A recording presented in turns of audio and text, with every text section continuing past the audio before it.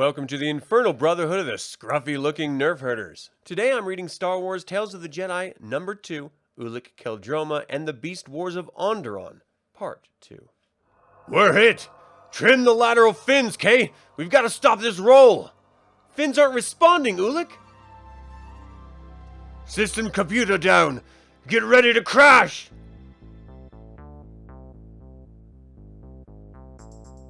With a thunderous roar, the Nebulon Ranger spirals out of control across this savage terrain. That'll teach them to invade the lands of Modon Kira! The three Jedi Knights are lucky. They're able to use their deflector shields to cushion the impact. Diagnostics say we do have lateral fin damage and the sublight transponder's gone, but I can fix it. I'll take a look outside, Ulic. Emerging from the battered Jedi cruiser, Taut Donita beholds a magnificent forest stronghold, guarded by the legendary Boma beasts.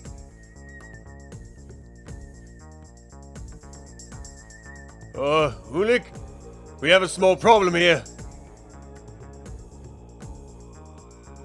This must be our day, Taut.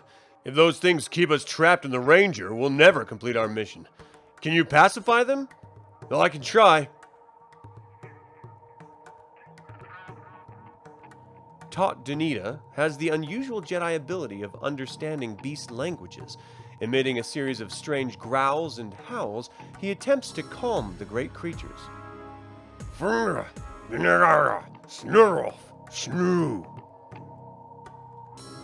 The monster understand.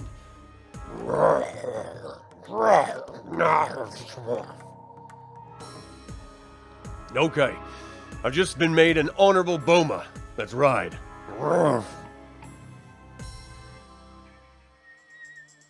The creatures say the girl is here, and that she will marry the son of Modon Kira. The Bomas are right. The three Jedi Knights find themselves uninvited guests at a barbaric ceremony. The Onderonian queen's daughter Gallia is being married to Odin Kira, son of the reigning beast lord. Responding perfectly to Taut Donita's commands, the great Bomas charge the royal gathering.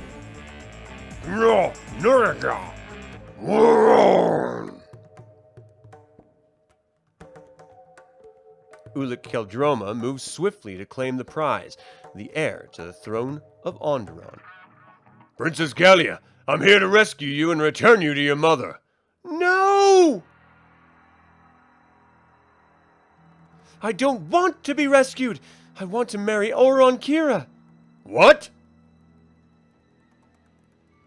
Hold your fire, men. These must be the Jedi Gallia told us about. Will you lay down your weapons and join us for a wedding banquet, Jedi? I am told you are here to bring peace. Ulic accepts at once, and so meets the great lord. Modon Kira, a proud and ruthless man of great physical strength. I'm ready to talk peace, but I'm also ready to make war.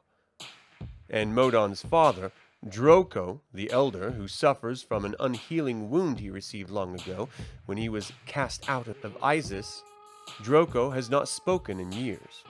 Then there is Gallia, who would willingly disown her royal lineage to marry the son of a beast lord. Odin Kira, a fierce warrior with a good heart, he has long worked for the overthrow of the great walled city. I doubt we'll ever see peace, Father. Not until Isis falls. I agree. Nevertheless, I offer a toast to the Jedi Knights. I am told their exploits are legendary throughout the galaxy. Come on, Kay. Put the transponder away.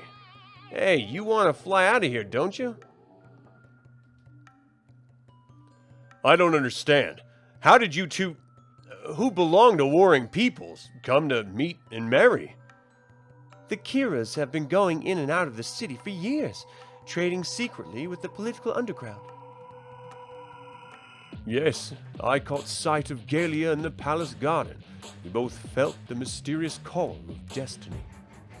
It was unthinkable that a daughter of Onderon royalty marry a beast lord. That's why we arranged my abduction. I will live with Onderon in the Wildlands. I love my mother, and I love my dying father, King Amin, but I can no longer live under the pall of the dark side of the Force. The dark side? How can the dark side be on Onderon? They told me you've only recently developed space travel. Ulic has heard many stories of the dark side, but he has never, until now, seen it work.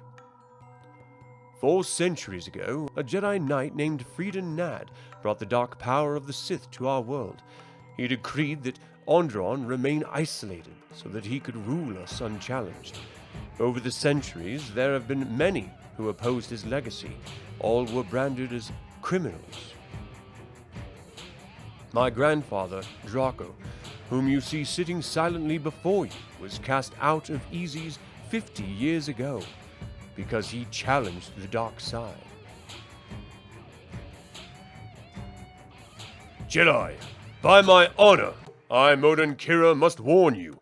The armies of all the Beast Lords are gathering for a great and final battle against that cursed city. Will you help us throw down the power brought by one of your own that has corrupted our world? Ulic feels the full weight of Modon's challenge. A fallen Jedi may be the source of his world's discord, but Ulic has sworn to his master that weapons of war will be his last resort.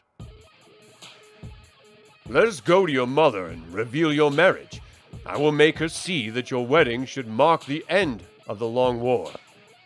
You don't know my mother, and I fear you don't know anything about the dark side. Galia is right, Qel-Droma.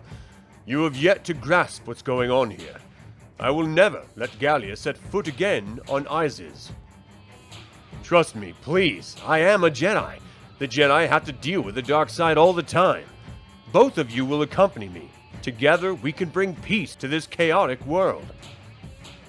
A sudden fire flames in the eyes of old Drogo Kira, silent and entranced for so many years. Jedi, if you fail, will you help us make war against the dark side?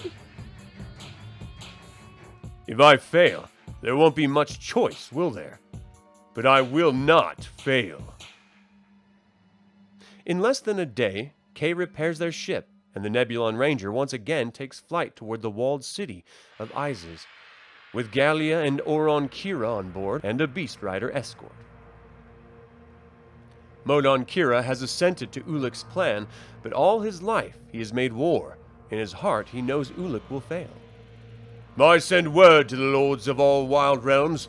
Tell them the final battle is at hand. It appears Modon Kira is right. As the Ranger and its escort approach the city wall, the defense guns lash out at the sight of the Beast Riders. In the name of the Jedi and the Republic, we call for a peace conference between the warring factions.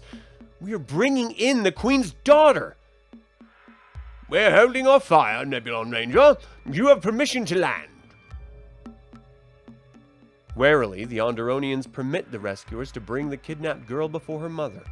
But if Ulic expects Queen Aminoa to quickly turn to the light, he's in for a fool's surprise. Galia, my only daughter, how dare you betray us? Never will you belong to an outcast. I will see you die first. Queen Aminoa, I represent the Jedi and the Galactic Republic. If Onderon wants to leave its dark ages and join the community of worlds, then you must put aside these hatreds. Mother, please listen to Ulic Qel-Droma. My marriage to Onderon can mark the beginning of a new age. And if you will not listen, know that the skies will soon grow dark with the beating wings of our war beasts. You want darkness, Kira? I'll show you darkness. I call upon the spirit of Freedom Nad, a Jedi far greater than these impotent youths. May the dark power that he taught my husband and all our ancestors feel me now. Queen Aminoa has long worshipped the Sith teachings and the memory of Freedom Nad. But never until now has she been so filled with hatred or so open to the shadow that infected the world. There is a great roaring sound, and the three Jedi and the young couple find themselves immersed in powerful waves of darkness. Ulic's thoughts are thrown into confusion. Fear rises in him like a black tide. So this is the dark side. Quickly, Jedi! This way! Follow me! A tremendous feeling of oppression weighs down on the Jedi. From all sides, armored fists reach to grab them and take them prisoner. Thoughts of peace have flown as they follow Gallia's voice to refuge in a secret passage. Kay's still in the throne room. I've got to go back for him. Tot, take Gallia and Onderon to the Ranger and secure it till I get there. Jedi, and what about your promise? Obviously, your mission of peace has failed. It would seem I have failed, Master Arca. Do what you must. We will fight beside you. Arca would want it. Father, it is as you expected. There will be war. I knew it. The Jedi have failed. Let the attack begin! In all of Onderon's history, there has never been such a gathering of warriors. The hundreds of beast lords, each the ruler of his own wild domain, have pooled their resources for a single great attack. The barbarians are swarming. Order the wave gunners to hit them hard. Defense towers! Fire at will! With unrelenting violence, the airborne legions of the Beast Lords sweep down on the city's defenders. For the first time in Onderon's history, the sides seem evenly matched. But it is not only the magnitude of the attack that makes this clash different than all the battles that have come before. In the 2 years since Onderon made contact with galactic civilization, unscrupulous off-world traders have been supplying the Beast Lords with advanced weaponry. Meanwhile, as the ferocious fight expands across the immense walled city, Qel-Droma finds himself face to face with the Dark Queen.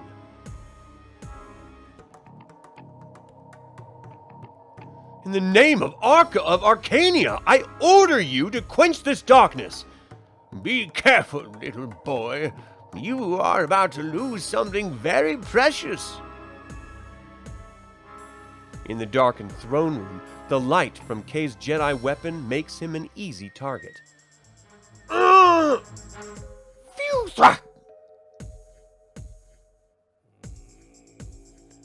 Wakoom!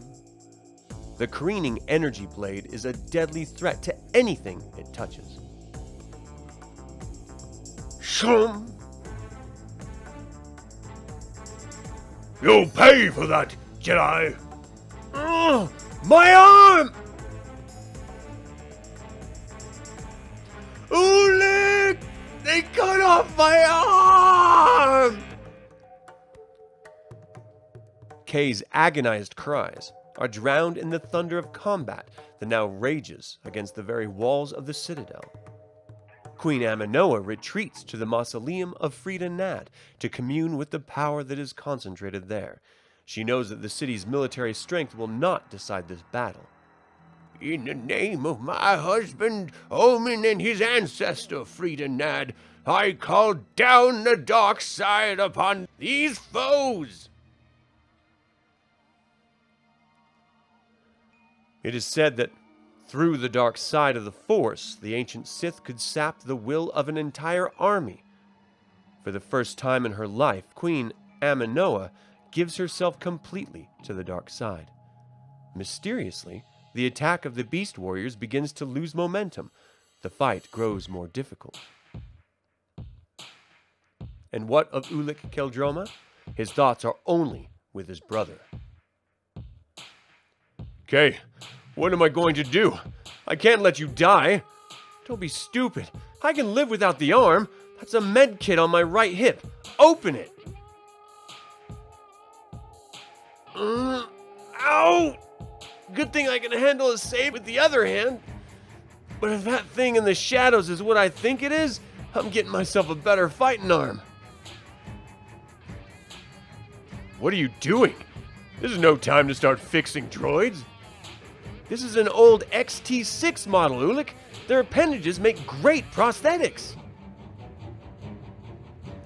As Ulic rescues his brother, the Beast Warriors fight bravely on, but thanks to Queen Aminoa's Sith magic, the tide has clearly turned against them.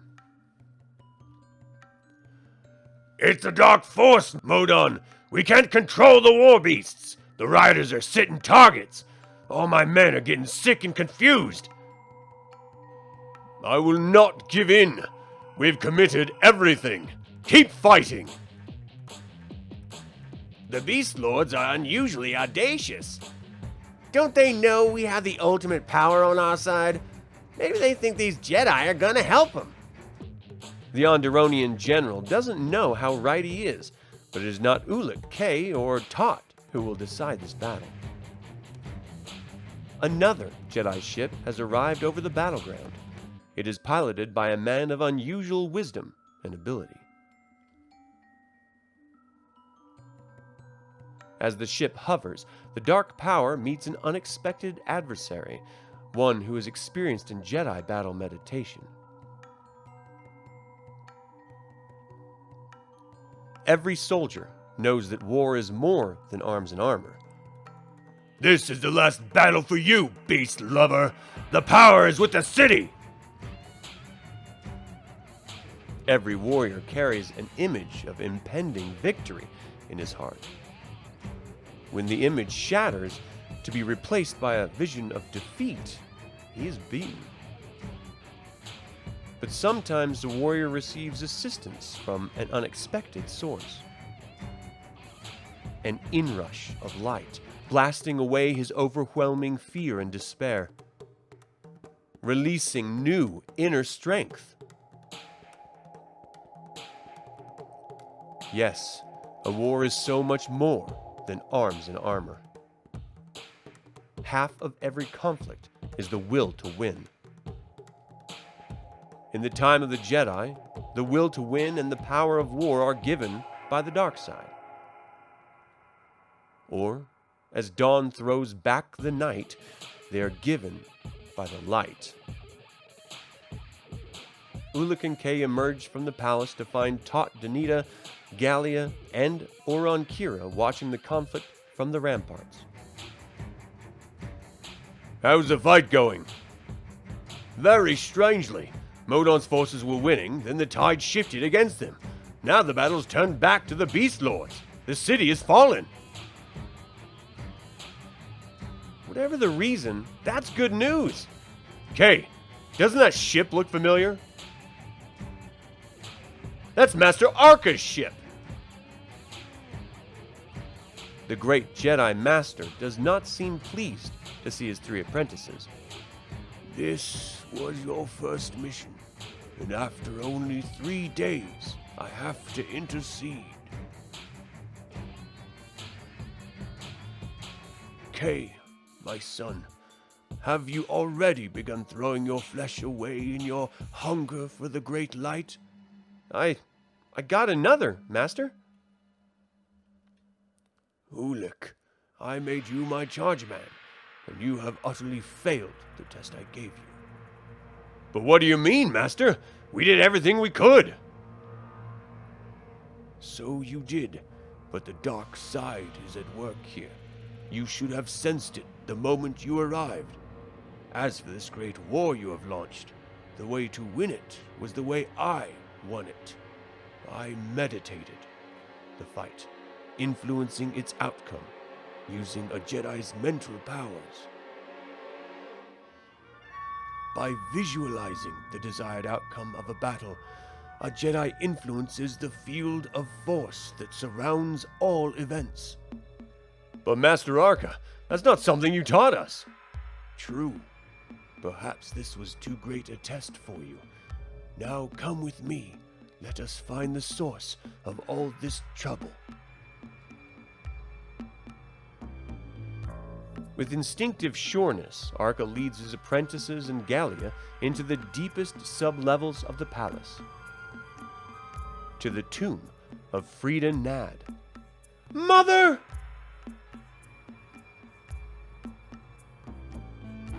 In Arca's presence, the dark forces concentrated in the ancient sarcophagus are no longer of help to the evil old woman.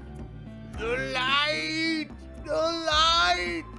No! You killed her! I don't care how evil she was. She was my mother. I loved her. I did not kill her. The dark power that supported her has fled. This place was powerful with the dark side, but my light is stronger. Gesturing in the Force, Arca throws back the heavy lid of the tomb, revealing the remains of Frida Nad. Frida Nad was seduced by the dark side 4 centuries ago. He apprenticed himself to a dark lord of the Sith. In the tradition of the Sith, there can be only one Dark Lord at a time, unable to become a Sith Lord as long as his master lived. Nad came to Onderon to make himself a king. After his death, his tomb became a focus of dark side energy, and so his power passed from generation to generation.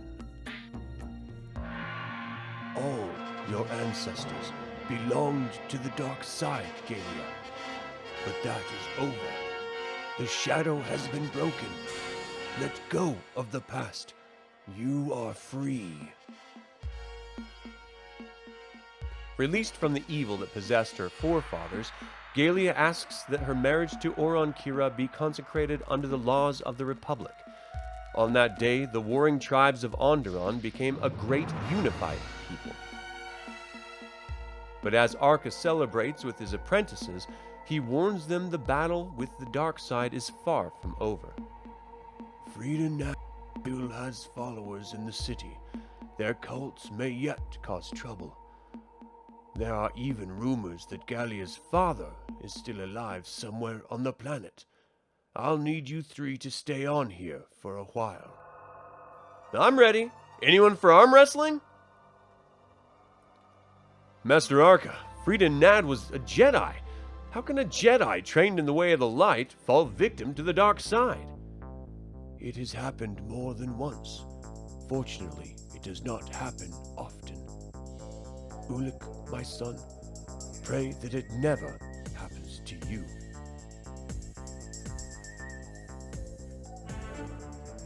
Thank you all for tuning in. We invite you to like this video, subscribe to this channel, and click the bell to get notified about our next video. Until the Infernal Brotherhood convenes again, my fellow scruffy-looking Nerf herders, may the Force be with you.